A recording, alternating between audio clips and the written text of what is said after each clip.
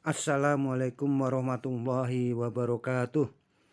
Pejuang PTN, kali ini Om akan membahas beberapa isu seputar UTBK SBMPTN yang dianggap kontroversial. Apakah hoax atau fakta?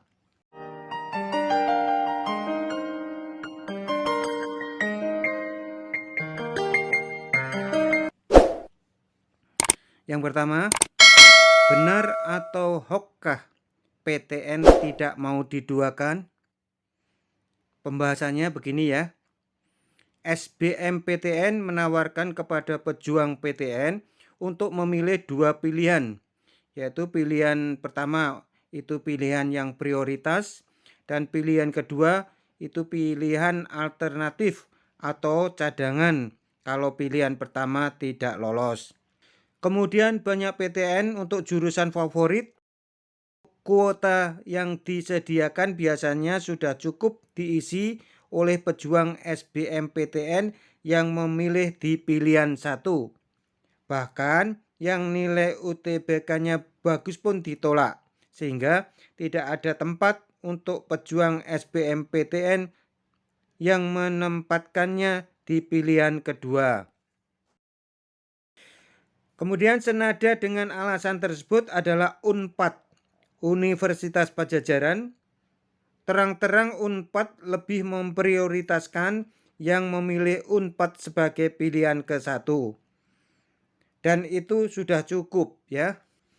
Bahkan Universitas Jember lebih tegas lagi. Universitas Jember tidak mau menerima pejuang SBMPTN yang menjadikan Universitas Jember sebagai pilihan kedua, meskipun nilai UTBK-nya tinggi. Jadi, benarkah PTN tidak mau diduakan? Jawabnya adalah benar, alias fakta, bukan hoax. Meski demikian, ada juga beberapa PTN yang tetap mau diduakan. Itulah pentingnya kalian mengetahui kemauan masing-masing PTN. Yang kedua, benar atau hoax Fakultas Kedokteran Gigi tidak mau diduakan. Kasusnya sebenarnya mirip dengan PTN mau diduakan atau tidak. Selama ini memang tidak sedikit yang menempatkan Fakultas Kedokteran Gigi di pilihan kedua setelah Fakultas Kedokteran. Faktanya yang memilih FKG sebagai pilihan 1 sudah sangat banyak dan mencukupi, sehingga yang pilihan kedua janganlah terlalu berharap. Jangan menganggap FKG itu di bawah FK ya, meski kenyataannya passing grade-nya di bawahnya. Ketiga, fakta atau hoax SBMPTN ada pembobotan. Kondisinya seperti ini ya. UNPAD di UTBK 2019 jelas menyebut bahwa TPS bobotnya 60% dan TKA 40%. Kemudian, prodi tertentu memang mempertimbangkan materi tes tertentu untuk prioritas diterima. Itu artinya pembobotan itu memang ada. Jadi pembobotan itu fakta atau hoax? Jawabnya adalah fakta. Untuk itu, betapa penting strategi agar berhasil diterima di PTN. Ingat ya, orang pintar itu kalah dengan orang yang ahli strategi. Yang keempat, benar atau hoax yang ikut UTBK gelombang 1 nilainya lebih tinggi dari gelombang 2. Berikut penjelasannya. Sistem penilaian UTBK yang membagi 3 jenis soal, yaitu soal mudah, sedang, dan kategori soal sulit, dan UTBK yang dibagi dalam 2 gelombang berpengaruh pada nilai atau skor UTBK. Kemudian soal di gelombang 1 dan 2 pada UTBK 2020 nyaris sama, baik soalnya, tipe maupun jenisnya. Kemudian yang gelombang 2 merasa diuntungkan karena ada waktu membahas dalam tanda petik bocoran soal-soal di gelombang 1 sehingga merasa mudah mengerjakannya. Akibatnya, soal yang di gelombang 1 dianggap dan masuk kategori soal sulit dengan bobot tinggi menjadi soal mudah dengan bobot kecil di gelombang 2. Jadi, benarkah UTBK gelombang 1 dan 2 berpengaruh terhadap nilai UTBK? Jawabnya adalah benar, fakta dan bukan hoax. Kecuali bila tipe dan jenis soal gelombang 2 dibuat berbeda dengan gelombang 1. Kemudian yang kelima, fakta atau hoax ada bocoran soal UTBK di gelombang 2? Berikut ulasannya. Banyak bimbel menyarankan agar siswanya mendaftar UTBK di hari ke-3 atau 4, bukan hari 1 atau 2, atau hari terakhir. Tujuannya agar bisa tahu soal-soal di hari-hari awal UTBK dan membahasnya di bimbel. Dalam hal ini, bimbel harus jujurlah bahwa demikian kenyataannya.